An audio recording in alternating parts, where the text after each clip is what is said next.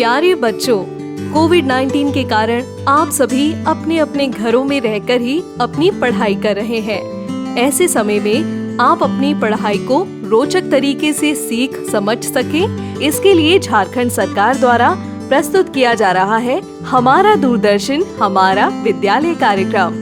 इसके माध्यम से आप प्रत्येक दिन सोमवार से शुक्रवार तक पूर्वाह्न 10 से 12 तथा अपराह्न 1 से 2 बजे तक अपनी अपनी कक्षाओं के अनुरूप कार्यक्रम देख सकेंगे। अब पढ़ाई नहीं रुकेगी। स्कूली शिक्षा एवं साक्षरता विभाग झारखंड।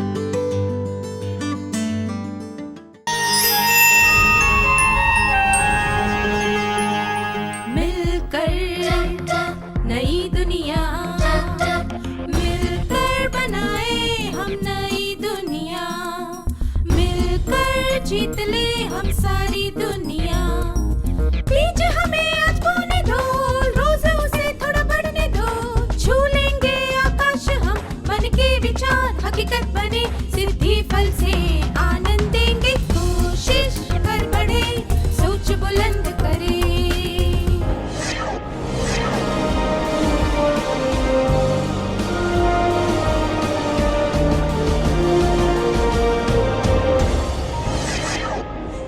नमस्ते छात्रों, आप सबको देखकर खुशी हुई। इससे पहले के सत्र में हमने सामूहिक खेल और सामूहिक चर्चा के बीच में अंतर और उनकी समानताओं के बारे में जाना था। हमने यह भी सीखा था कि सामूहिक चर्चा में कैसे भाग लेना चाहिए और चर्चा को असरदार बनाने के लिए क्या करना चाहिए। इस सत्र में हम सीखेंगे कि चर्चा में भाग लेने वाले सदस्यों का मार्गदर्शन कैसे किया जा सकता है। क्या आपने कभी किसी खेल कूद के प्रशिक्षक को ध्यान से देखा है? वह खिलाड़ियों को किस तरह प्रशिक्षण देता है? प्रशिक्षक भी खिलाड़ियों के साथ साथ खेलता रहता है। इसी तरह हम भी सामूहिक चर्चा में भाग लेते हुए चर्चा को एक दिशा दे सकते हैं। मुझे यकीन है कि आप सबने इंद्रधनुष तो जरूर देखा होगा। कृपया 5-5 लोगों के समूह बनाकर बैठ जाएं। समूहों में आपको इंद्रधनुष के अलग अलग पहलुओं के बारे में चर्चा करनी है। वैज्ञानिक, साहित्यिक, भावनात्मक और सौंदर्य से संबंधित। आप इन सब बातों के बारे में चर्चा कर सकते हैं। इंद्रधनुष कैसे बनता है? इसके रंग कितने मनमोहक होते हैं? इंद्रधनुष पर लिखी गई कोई कविता, इंद्रधनुष को देखकर मन में आने वाले विचार इत्यादि।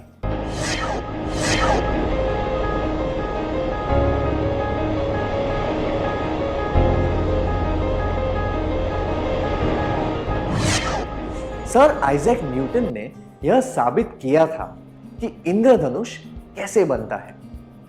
जब सूर्य की रोशनी वायुमंडल में पाई जाने वाली पानी की बूंदों से होकर गुजरती है तो उसके रंग बिखरकर इंद्रधनुष के रूप में नजर आते हैं। जब हम आंखों से सफेद रोशनी को देखते हैं तो उसमें कोई भी रंग नजर नहीं आता, पर जब रोशनी पानी को बूंदों या प्रिज्म से होकर गुजरती है तो उसके रंग बिखरकर 7 रंग के पट्टों की तरह दिखते हैं। उसी तरह हम सब में बहुत से गुण होते हैं।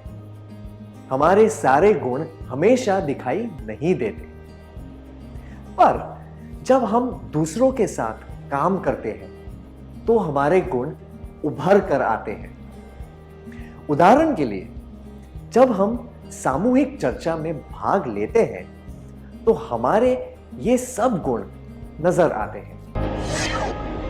प्रोत्साहन देने का कौशल, समझौते करवाने का कौशल, नेतृत्व करने का कौशल, स्पष्टीकरण और सारांश करने का कौशल, पहल करने के कौशल, मूल्यांकन करने के कौशल, सारी बातें दर्ज करने या ठीक से लिखने के कौशल। जिस तरह पानी की बूंद से रोशनी में छिपे हुए रंग सामने आ जाते हैं, वैसे ही सामूहिक चर्चा में भाग लेने से हमारे कौशल सबके सामने नजर आने लगते हैं। दूसरे शब्दों में कहें तो इन सब कौशलों का उपयोग करने से सामूहिक चर्चा और असरदार बन सकती है। क्या हम देखें कि सामूहिक चर्चा में भाग लेते हुए हम चर्चा को सही दिशा कैसे दे सकते हैं? आइए हम सुधा और उसके 4 दोस्तों की चर्चा सुनते हैं। सुधा और उसके दोस्त अपने मोहल्ले में बाल दिवस मनाना चाहते हैं। वे चर्चा कर रहे हैं कि इसके लिए कौन कौन से काम करने हैं। क्या हम देखें कि वे क्या बातें कर रहे हैं? सीमा, क्या हम लतिका, या फिर कुछ खेल? मधु, गायन प्रतियोगिता कैसी रहेगी? अरुणा, बच्चों के लिए एक पुस्तकालय शुरू करने के बारे में क्या ख्याल है? हम उसके लिए चंदा इकट्ठा कर सकते हैं। सुधा, वाह, ये सुझाव बहुत अच्छा है। हमें यही करना चाहिए। वाह, यह सुझाव बहुत अच्छा है। ऐसा कहकर सुधा ने अरुणा का और उसके सुझाव का प्रोत्साहन किया। उसी तरह उसने दूसरों को भी प्रोत्साहित किया। इस तरह किसी की सराहना करके और उनके विचारों का समर्थन करके उन्हें प्रोत्साहित किया जा सकता है। प्रोत्साहन करने वाले लोग सक्रिय होते हैं और वे लोगों का समर्थन करते हैं। नए विचार सामने लाकर और लोगों का हौसला बढ़ाकर वे चर्चा को रुचिकर बनाए रखते हैं। वे विचारों को समझने में और समस्याओं को हल करने में मदद कर सकते हैं। तनाव और बहस को दूर करने के लिए वे सही तरीके से मजाक भी करना जानते हैं। सामूहिक चर्चा में हमें दूसरों को प्रोत्साहित करना चाहिए ताकि वे भी चर्चा में भाग लें। अब एक कार्यकलाप करेंगे। आपको कैसा लगा जब चर्चा के दौरान किसी ने आपकी बात ध्यान से सुनी और आपकी सराहना भी की? क्या आप इस बारे में सबको बताना चाहेंगे? उदाहरण के लिए, जब आपके दोस्त या माता-पिता किसी समस्या का हल ढूंढ रहे थे, तब क्या आपके सुझाव से उन्हें कोई निर्णय लेने में मदद मिली? जब उन्होंने आपकी सराहना की, तब आपको कैसा लगा?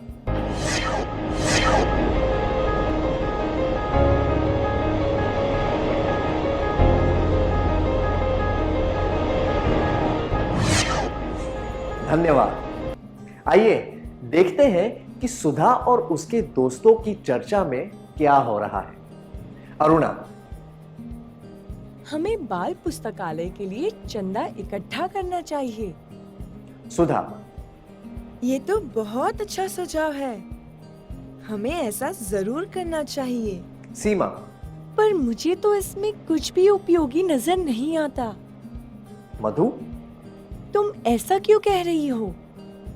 सीमा, जब पास में ही एक सार्वजनिक पुस्तकालय है, तो हमें और एक पुस्तकालय की क्या जरूरत है? अरुणा, क्या ऐसा कोई नियम है कि सार्वजनिक पुस्तकालय के पास बाल पुस्तकालय नहीं होना चाहिए?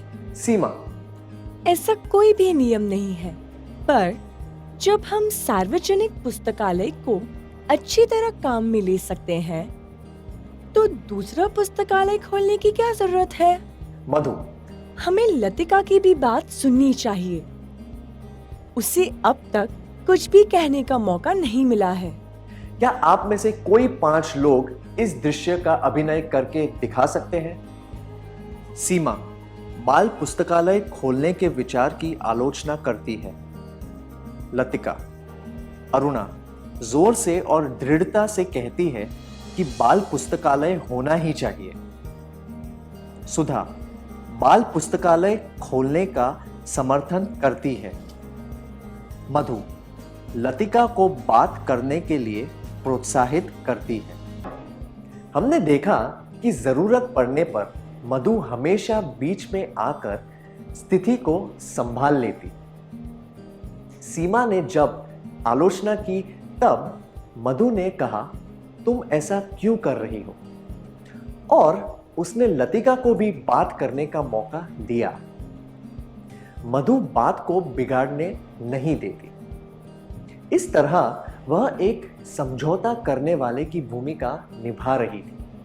समझौता करने वाले लोग सामाजिक स्वभाव के होते हैं। वे ऐसे लोगों को सबके सामने लाते हैं जो अपने शर्मीलेपन की वजह से ज्यादा बात नहीं कर पाते। वे लोगों को अपनी बात कहने का अवसर देते हैं। समझौता करवाने वाले लोग दूसरे के साथ मिलकर अच्छी तरह काम कर पाते हैं और समूह को एकजुट रख के मदद करते हैं। वे सहनशील होते हैं और दूसरों के साथ अच्छे रिश्ते बनाकर रखते हैं।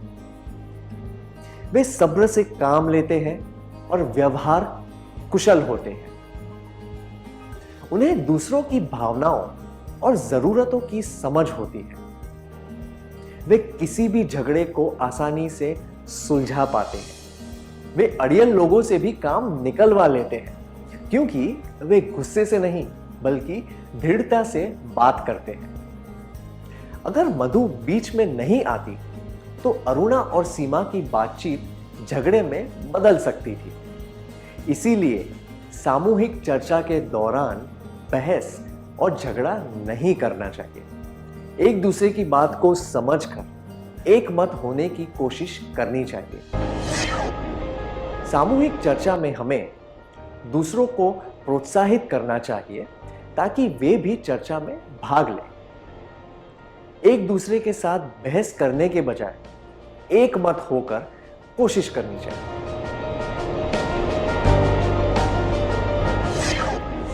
अब आपके लिए एक और कार्यकलाप है। आप एक वर्ग पहेली पूरी करने की कोशिश कर रहे हैं। आपका छोटा भाई आपको चुपचाप देख रहा है। पहेली में एक ही शब्द भरना बाकी है पर आपको कुछ समझ नहीं आ रहा। आप जल्दी से पहेली खत्म करना चाहते हैं। आप अपने भाई से पूछते हैं, तुम कब से मुझे देख रहे हो? क्या तुम्हें पता है कि यह शब्द कौन सा हो सकता है? वह कुछ सुझाव देता है और उससे आपकी पहेली पूरी हो जाती है। क्या आपने कभी किसी शर्मीले या शांत व्यक्ति को किसी चीज में भाग लेने के लिए प्रोत्साहित किया है? भाग लेने पर क्या उन व्यक्तियों ने कोई सराहनीय काम कर दिखाया है? क्या आप ऐसे अनुभव के बारे में सबको बताना चाहेंगे?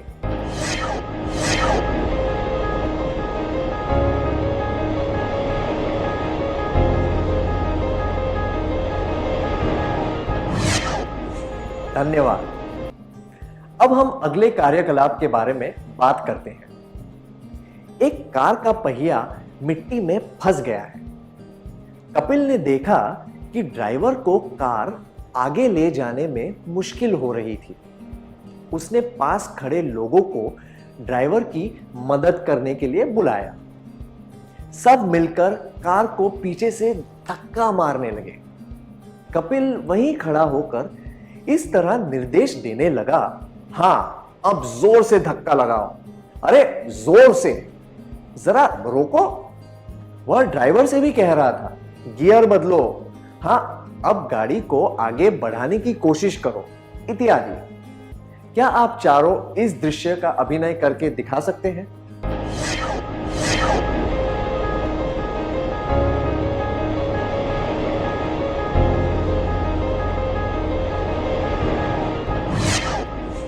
बहुत बढ़िया अभिनय था, धन्यवाद। हमने देखा कि एक मुश्किल स्थिति में कपिल ने सब कुछ अपने हाथ में ले लिया और अच्छी तरह नेतृत्व किया। क्या हम देखें कि नेतृत्व करने का कौशल सामूहिक चर्चा में किस तरह काम आता है? आइए देखते हैं कि जब मधु ने लतिका को बात करने का मौका दिया तब क्या हुआ। लतिका, केवल 4 दिन रह गए हैं पुस्तकालय शुरू करने के लिए। अरुणा, सीमा, हमें बाल पुस्तक जहाँ चाह वहाँ राह। हम चाहे तो कुछ भी कर सकते हैं। मधु, क्या हम थोड़ा सब्र से काम ले सकते हैं? हम लतिका को बोलने का मौका देंगे तभी तो उसकी बात सुन पाएंगे। लतिका, हमें बताओ कि तुम क्या कहना चाहती हो। लतिका, बाल पुस्तकालय की आवश्यकता है, पर केवल 3 दिनों में हम पुस्तकालय नहीं खोल सकते। हमें जगह चाहिए, किताबें चाहिए। सारे किताबों को विषय के अनुसार जमाना भी तो होगा। इतना काम हम 3 दिनों में नहीं कर पाएंगे। क्या 5 लोग यहां आकर इस दृश्य का अभिनय करके दिखा सकते हैं? लतिका बता रही है कि 3 दिनों में पुस्तकालय शुरू करना मुश्किल है। सीमा लतिका की बात काट रही है। अरुणा लतिका की बात काट रही है। सुधा, मधु अरुणा और सीमा को चुप करवाती है, लतिका को बात करने के लिए प्रोत्साहित करती है।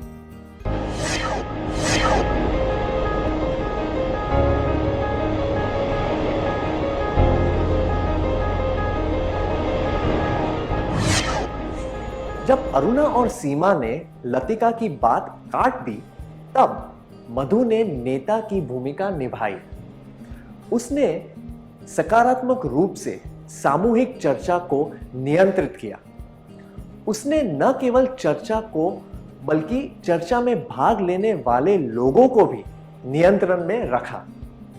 उसने पहल की और बाधाएं आने पर पूरी दृढ़ता के साथ सारी स्थिति को संभाला। मधु ने यह ध्यान रखा कि किसी भी तरह की बहस और उलझन न हो। मधु के जैसे नेता लोगों के गुणों को पहचानकर उन्हें सही तरीके से सामने ला सकते हैं।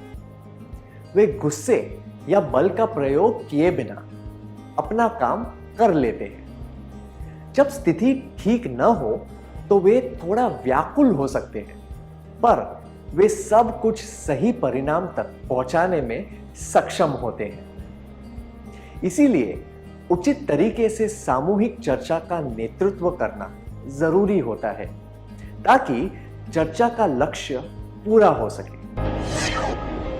सामूहिक चर्चा में हमें दूसरों को प्रोत्साहित करना चाहिए ताकि वे भी चर्चा में भाग लें। एक दूसरे के साथ बहस करने के बजाय एक मत होकर कोशिश करनी चाहिए। जरूरत पड़ने पर नेतृत्व करना चाहिए। क्या अब हम सत्र में सीखी हुई बातों का सार संक्षेप कर लें?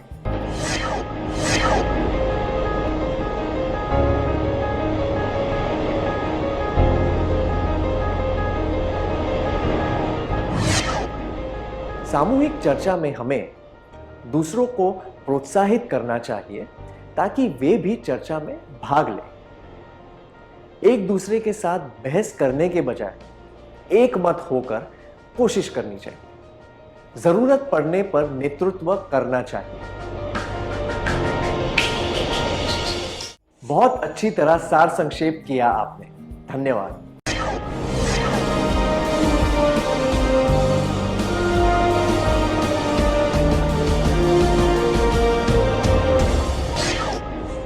आइए हम फिर से उस चर्चा पर ध्यान देते हैं। जब लतिका की बात खत्म हुई तब मधु ने कहा, इसका सार यह है कि हमें पुस्तकालय तो चाहिए, पर इतने कम समय में यह संभव नहीं है। ठीक कहा मैंने? लतिका ने सहमति दिखाते हुए अपना सिर हिलाया। मधु ने संक्षिप्त में और स्पष्ट रूप से लतिका की बातों का सार बताया। उसने सामूहिक चर्चा के उद्देश्य को भी स्पष्ट रूप से सबके सामने रखा। उसने यह समझाया कि चर्चा करने का मकसद क्या है।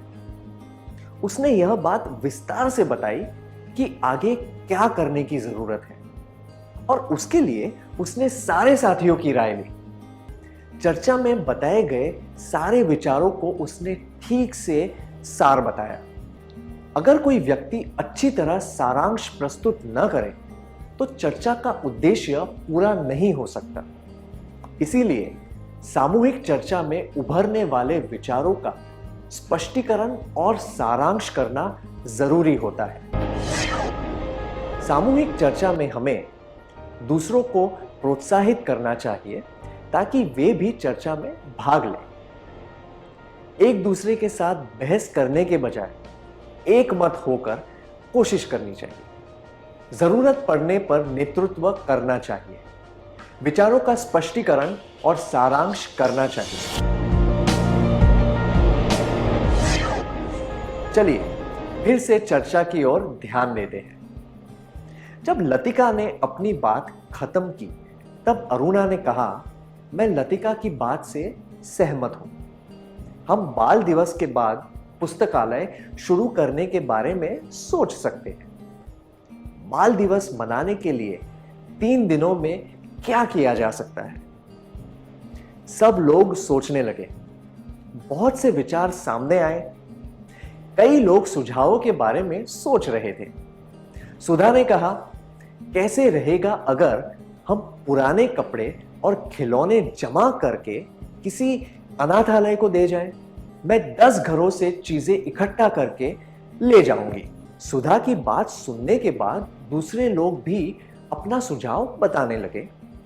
जब दूसरे लोग सुझावों के बारे में सोच रहे थे तब सुधा ने एक नया विचार बताया। उस विचार से नई सोच पैदा हुई। हम कह सकते हैं कि सुधा ने पहल की और विचारों के द्वार खोल दिए। सुधा जैसे लोगों के पास नए नए विचार होते हैं और वे बहुत रचनात्मक होते हैं। वे अलग तरह से सोचते हैं। वे अक्सर बड़े मुद्दे और बड़ी बातों पर ध्यान देते हैं और छोटी छोटी बातों में रुचि नहीं रखते। अगर किसी बात की शुरुआत उन्हें रुचिकर और अहम न लगे तो वे ऊब जाते हैं। सामूहिक चर्चा में हमें दूसरों को प्रोत्साहित करना चाहिए ताकि वे भी चर्चा में भाग लें। एक दूसरे के साथ बहस करने के बजाय एक मत होकर कोशिश करनी चाहिए। जरूरत पड़ने पर नेतृत्व करना चाहिए। विचारों का स्पष्टीकरण और सारांश करना चाहिए। अब एक और परिस्थिति पर ध्यान देते हैं। परीक्षा के अलावा छात्रों का मूल्यांकन और किस तरह से किया जा सकता है जिसके आधार पर उन्हें अगली कक्षा में भेजा जा सके। हम फिर से सुधा और उसके दोस्तों की चर्चा पर ध्यान देते हैं। सुधा की बात सुनने के बाद लतिका ने उसके सुझाव का समर्थन किया और कहा, यह करना मुश्किल नहीं है। फिर उसने पूछा, क्या तुम्हारे पास और कोई सुझाव है? ऐसा कहकर लतिका विचारों का मूल्यांकन कर रही है। वह देख रही है कि सुधा के सुझाव पर अमल कर सकते हैं या नहीं और इस सुझाव के फायदे और नुकसान क्या हो सकते हैं। लतिका जैसे लोग सोच समझकर काम करते हैं और हर बात के तर्क पर ध्यान देते हैं। ऐसे लोग भावुक नहीं होते। वे अलग अलग विचारों को ठीक से समझकर निष्पक्ष होकर निर्णय लेते हैं। अगर कोई काम एक तरीके से न हो पाए तो वे अलग तरीके सुझा सकते हैं। उन्हें निर्णय लेने में समय लगता है क्योंकि वे बहुत सोच विचार के बाद निर्णय लेते हैं। इसीलिए किसी सुझाव या विचार का समर्थन करने से पहले उसका मूल्यांकन कर लेना चाहिए। अनुपयोगी विचारों की वजह से बाद में समस्या खड़ी हो सकती है। इसीलिए पहले ही मूल्यांकन कर लेना ठीक होता है। सामूहिक चर्चा में हमें दूसरों को प्रोत्साहित करना चाहिए ताकि वे भी चर्चा में भाग लें। एक दूसरे के साथ बहस करने के बजाय एक मत होकर कोशिश करनी चाहिए। जरूरत पड़ने पर नेतृत्व करना चाहिए। विचारों का स्पष्टीकरण और सारांश करना चाहिए। विचारों, सुझावों, प्रस्तावों का निष्पक्षता से मूल्यांकन करना चाहिए। आइए फिर से सुधा और उसके दोस्तों की बातें सुनते हैं। लतिका ने जो मूल्यांकन किया उसके बाद मधु ने कहा, क्या किसी के पास और कोई सुझाव है? अगर नहीं तो मैं अब तक कही गई बातों को पढ़कर सुना देती हूं। ऐसा कहकर मधु ने पढ़ना शुरू कर दिया। हमने देखा कि मधु ने सारी बातें अच्छी तरीके से दर्ज कर ली थी। बातें ठीक से लिख लेने से समूह को व्यवस्थित रखने और चर्चा को सही दिशा देने में मदद मिलती है। सामूहिक चर्चा के दौरान मधु जैसे व्यक्ति सारी गतिविधियां, सुझावों और विचारों को लिख लेते हैं। वे इस बात पर ध्यान देते हैं कि सभी लोग अपनी भूमिका और जिम्मेदारियां अच्छी तरह निभा रहे हैं या नहीं। वे यह ध्यान रखते हैं कि सभी लोग सुझावों और विचारों का समर्थन करें। वे समय का ध्यान रखते हैं और सबको यह याद दिलाते हैं कि किस कार्य के लिए कितना समय निश्चित किया गया है। सारी बातें दर्ज करके वे यह याद रखने में मदद करते हैं कि कितने काम पूरे हो चुके हैं और किन मुद्दों पर बात करना बाकी है।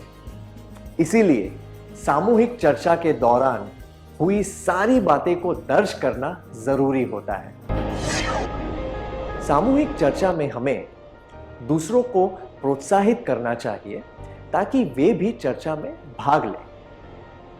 एक दूसरे के साथ बहस करने के बजाय एक मत होकर कोशिश करनी चाहिए। जरूरत पड़ने पर नेतृत्व करना चाहिए। विचारों का स्पष्टीकरण और सारांश करना चाहिए। विचारों, सुझावों, प्रस्तावों का निष्पक्षता से मूल्यांकन करना चाहिए। चर्चा के दौरान हुई सारी बातों और सुझावों को दर्ज करना चाहिए। अब तक हमने देखा कि सामूहिक चर्चा को सही तरीके से आगे बढ़ाने के लिए क्या करना चाहिए। अब हम देखेंगे कि चर्चा के दौरान कौन सी बातें नहीं करनी चाहिए।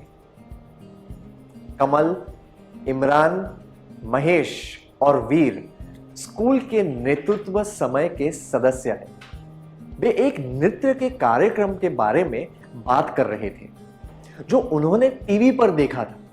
कमल को नृत्य के बारे में ज्यादा जानकारी नहीं है, पर वह ऐसे जताता है कि उसे बहुत कुछ पता है। एक विशेषज्ञ की तरह बात करना और सब कुछ पता हो ऐसा जताना ठीक नहीं होता। ऐसे व्यक्ति खुद को दूसरों से श्रेष्ठ समझते हैं। किसी भी व्यक्ति को दुनिया के बारे में सब कुछ पता नहीं हो सकता। हमें उसी बारे में बात करनी चाहिए जिसकी हमें जानकारी हो। अगर किसी चीज के बारे में हमें जानकारी न हो तो हमें केवल अच्छी तरह सुनना चाहिए। खुद को दूसरों के सामने श्रेष्ठ दिखाना उचित नहीं है। इससे लोग हमारे बारे में गलत राय बना सकते हैं। अगर हमें किसी चीज के बारे में पता ना हो, उस चीज के बारे में बात नहीं करनी चाहिए। सामूहिक चर्चा के दौरान क्या नहीं करना चाहिए? ऐसा जताना कि आपको सब कुछ मालूम है। कमल की बातें सुनकर इमरान उसका मजाक उड़ाने लगा। जब महेश ने कुछ बताने की कोशिश की तो इमरान ने बीच में टोकते हुए कहा, ऐसा नहीं है, यह तो इस तरह होता है। अब जब वीर ने उसकी बात को काटने का प्रयास किया तो उसने फिर से कहा, तुम्हें क्या लगता है मुझे यह नहीं पता? दूसरे शब्दों में कहे तो इमरान दूसरों को मौका दिए बिना चर्चा पर हावी होना चाहता है। कुछ लोगों को यह डर होता है कि ऐसा न करने पर उनकी बात कोई नहीं सुनेगा। यह अनुचित व्यवहार है। जब कोई हावी हो जाता है तो बाकी लोग चर्चा में भाग नहीं ले पाते। यह बहुत ही हानिकारक होता है और इससे चर्चा का कोई उद्देश्य ही नहीं रह जाता। सामूहिक चर्चा के दौरान क्या नहीं करना चाहिए? ऐसा जताना कि आपको सब कुछ मालूम है। चर्चा पर हावी हो जाना, बार बार किसी को टोकना। क्या आप में से किसी ने चर्चा के बीच बार बार किसी को टोका है या फिर चर्चा पर हावी हुए हैं? कमल यह जताने की कोशिश कर रहा था कि उसे सब कुछ पता है। इमरान चर्चा पर हावी हो रहा था। वीर इधर उधर की बातें कर रहा था, जैसे कि क्या तुमने वह विज्ञापन देखा है जो कार्यक्रम के बीच में आया था? फिर उसने खुद की बड़ाई करते हुए कहा, मुझे विश्वास नहीं होता है कि वे लोग इसे नृत्य कहते हैं। तुम्हें देखना चाहिए था कि 7 साल की उम्र में भी मैं कितनी अच्छी तरीके से नाचता था। इस तरह के व्यवहार से कुछ लोग दूसरों के सामने खुद का मजाक बनवा लेते हैं। इसीलिए इधर उधर की बातें नहीं करनी चाहिए और शेखी नहीं बघारनी चाहिए। इस प्रसारण से संबंधित सुझाव, अपने प्रश्न इत्यादि आप हमें jcertrg@gmail.com तथा टोल फ्री नंबर 1800 5728 585 पर संपर्क कर सकते हैं।